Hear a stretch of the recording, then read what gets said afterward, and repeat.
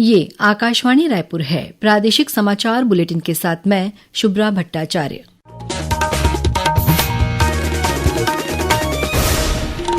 और पेश है आज के मुख्य समाचार। राष्ट्रीय क्षय उन्मूलन कार्यक्रम के तहत राज्यपाल रमन डेका ने राज्य के सभी जिलों में 330 टीबी मरीजों को निक्षय मित्र बनकर गोद लिया। कृषि शिक्षा और अनुसंधान को लेकर उज्बेकिस्तान के संस्थान और रायपुर स्थित इंदिरा गांधी कृषि विश्वविद्यालय के बीच हुआ एमओयू। सहकार भारती द्वारा बुनकरों के लिए कल से रायपुर में 2 दिवसीय प्रथम राष्ट्रीय सम्मेलन का आयोजन किया जाएगा। और मौसम विभाग के अनुसार आगामी 24 घंटों के दौरान उत्तर छत्तीसगढ़ के कुछ इलाकों में हो सकती है भारी बारिश। अब समाचार विस्तार से। राष्ट्रीय क्षय उन्मूलन कार्यक्रम के तहत राज्यपाल रमन डेका ने राज्य के सभी जिलों में 330 टीबी मरीजों को निक्षय मित्र बनकर गोद लिया है। इसके तहत हर मरीज को पौष्टिक आहार उपलब्ध कराने के लिए प्रति माह 500 रुपए की राशि दी जा रही है। राज्यपाल ने उद्योगपतियों, समाजसेवी संगठनों, राइस मिल एसोसिएशन और आम नागरिकों से अपील की है कि वे आगे आकर निक्षय मित्र बने और टीबी मरीजों को गोद लेकर इस जन आंदोलन का हिस्सा बने। उन्होंने कहा कि सामूहिक प्रयासों से ही छत्तीसगढ़ सहित पूरे भारत को टीबी मुक्त बनाने का संकल्प साकार किया जा सकता है। मुख्यमंत्री विष्णुदेव साय के नेतृत्व में छत्तीसगढ़ का एक प्रतिनिधिमंडल इन दिनों जापान और दक्षिण कोरिया के दौरे पर है। इस ग्लोबल आउटरीच मिशन का उद्देश्य छत्तीसगढ़ को वैश्विक निवेश मानचित्र पर स्थापित करना और अंतर्राष्ट्रीय सहयोग के नए अवसरों को तलाशना है।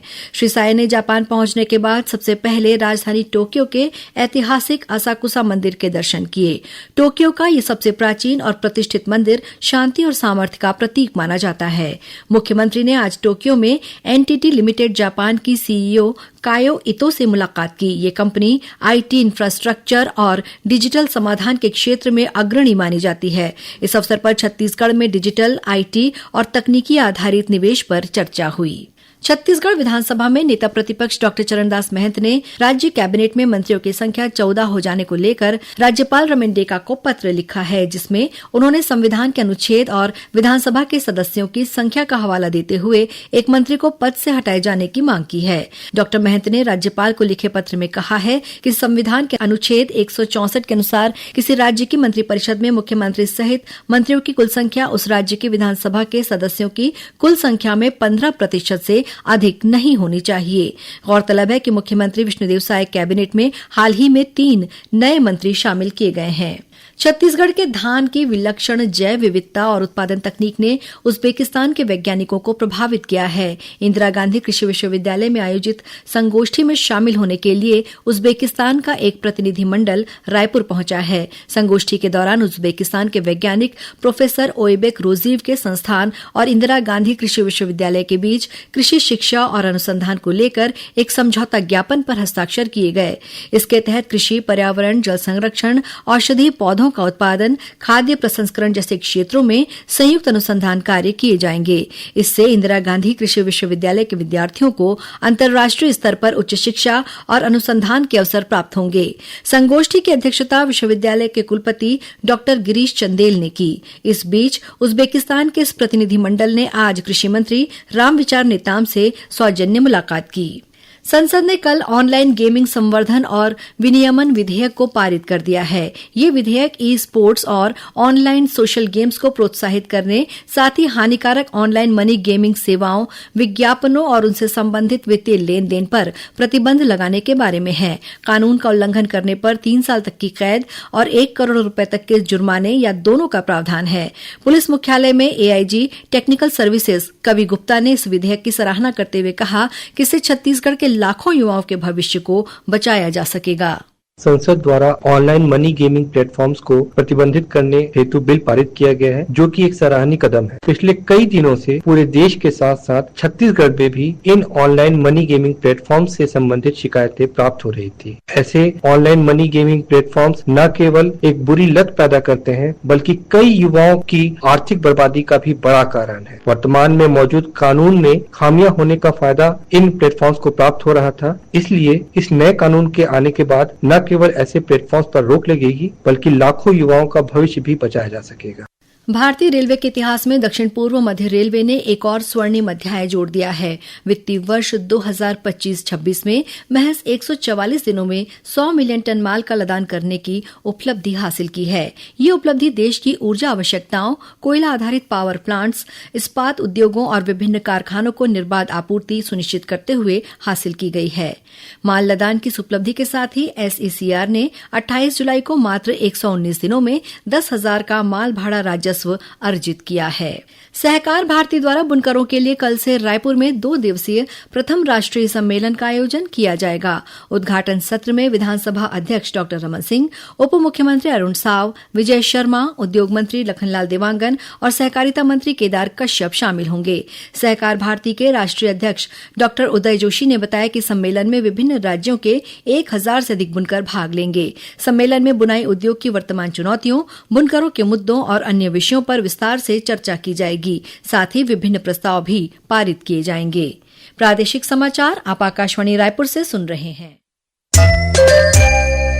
छत्तीसगढ़ की खबरों से है आपका वास्ता और खबरों की विश्वसनीयता से है हमारा वास्ता।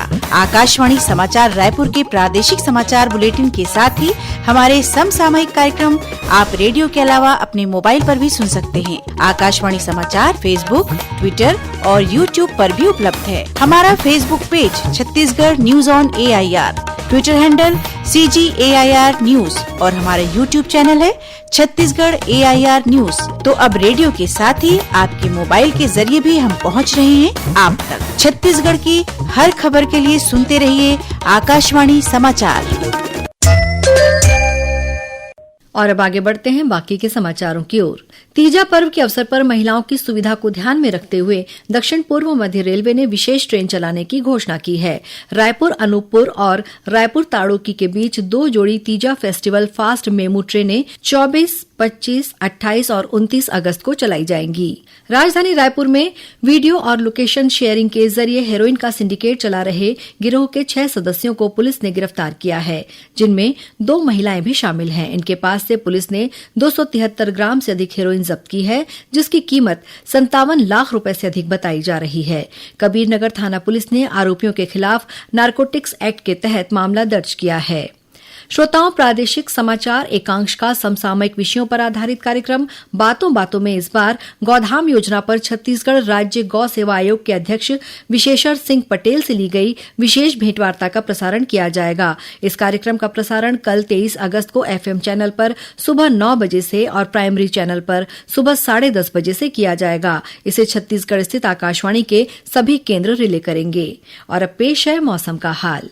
प्रदेश में मानसून की गतिविधियां तेज हो गई हैं। मौसम विभाग ने अगले 24 घंटों के दौरान प्रदेश के अधिकांश स्थानों पर हल्की से मध्यम वर्षा होने अथवा गरज चमक के साथ छींटे पड़ने की संभावना व्यक्त की है। वहीं 1-2 स्थानों पर गरज चमक के साथ बिजली गिरने और भारी वर्षा होने की चेतावनी दी गई है। भारी वर्षा का मुख्य क्षेत्र उत्तर छत्तीसगढ़ के रहने के आसार हैं। इस बीच रायगढ़ जिले में लगातार हो रही बारिश के बाद केलो बांध के 4 गेट खोल दिए गए हैं, जिससे केलो नदी का जलस्तर बढ़ गया है। कई नदी नाले उफान पर हैं। और अब कुछ समाचार संक्षेप में। छत्तीसगढ़ मानव अधिकार आयोग की टीम आज बलौदाबाजार पहुंची। आयोग के अध्यक्ष गिरधारी नायक ने अधिकारियों की बैठक लेकर लंबित मामलों की समीक्षा की और उनका तेजी से निराकरण करने के निर्देश दिए। स्वच्छ भारत अभियान के तहत आज राजभवन में अधिकारियों और कर्मचारियों ने अभियान चलाकर परिसर की साफ सफाई की। भिलाई इस्पात संयंत्र के निगमित सामाजिक उत्तरदायित्व विभाग द्वारा पुसेवाड़ा गांव में कल निःशुल्क चिकित्सा शिविर लगाया गया, जिसमें 51 ग्रामीणों की जांच कर उन्हें दवाइयां वितरित की गईं। गौरेला पेंड्रा मरवाही जिले में भारतीय अग्निवीर थल सेना परीक्षा में सफल होने वाले अभ्यर्थियों को शारीरिक दक्षता परीक्षा की तैयारी के लिए जिला प्रशासन द्वारा निःशुल्क प्रशिक्षण प्रदान किया जाएगा। जांजगीर चांपा जिले के पामगढ़ क्षेत्र के कुटरा गांव में खड़े ट्रक से 2 पहिया वाहन के टकरा जाने से 2 युवकों की मौके पर ही मौत हो गई। कोरबा पुलिस ने करीब 18,000 नग प्रतिबंधित दवाइयों के साथ 8 आरोपियों को गिरफ्तार किया है। पुलिस अधीक्षक सिद्धार्थ तिवारी ने एक प्रेसवार्ता में बताया कि 6 आरोपी कोरबा से और 2 आरोपी वाराणसी से गिरफ्तार किए गए हैं। गौरेला पेंड्रा मरवाही जिले में 1 से 4 सितंबर तक राज्य स्तरीय शालेय क्रीड़ा प्रतियोगिता का आयोजन किया जाएगा। इसके तहत जिम्नास्टिक, ताइक्वांडो और क्रिकेट की प्रतियोगिताएं होंगी। सक्ती जिले के मालखरौदा विकासखंड के कचंदा गांव के किसानों ने खाद की कमी को लेकर जयजयपुर मालखरौदा मुख्य मार्ग पर चक्का जाम किया। छत्तीसगढ़ कर्मचारी अधिकारी फेडरेशन द्वारा अपनी मांगों को लेकर राज्य के विभिन्न स्थानों पर विरोध प्रदर्शन किया गया और कनेक्ट बस्तर की थीम पर पर्यटकों को सुविधा प्रदान करने के लिए वन मंत्री केदार कश्यप ने आज जगदलपुर से 10 वाहनों को हरी झंडी दिखाकर रवाना किया। अंत में मुख्य समाचार एक बार फिर। राष्ट्रीय क्षय उन्मूलन कार्यक्रम के तहत राज्यपाल रमेंडेका ने राज्य के सभी जिलों में 330 टीबी मरीजों को निक्षय मित्र बनकर गोद लिया। कृषि शिक्षा और अनुसंधान को लेकर उज्बेकिस्तान के संस्थान और रायपुर स्थित इंदिरा गांधी कृषि विश्वविद्यालय के बीच हुआ एमओयू। सहकार भारती द्वारा बुनकरों के लिए कल से रायपुर में 2 दिवसीय प्रथम राष्ट्रीय सम्मेलन का आयोजन किया जाएगा। और मौसम विभाग के अनुसार आगामी 24 घंटों के दौरान उत्तर छत्तीसगढ़ के कुछ इलाकों में हो सकती है भारी बारिश। इसी के साथ प्रादेशिक समाचार बुलेटिन समाप्त हुआ। नमस्कार।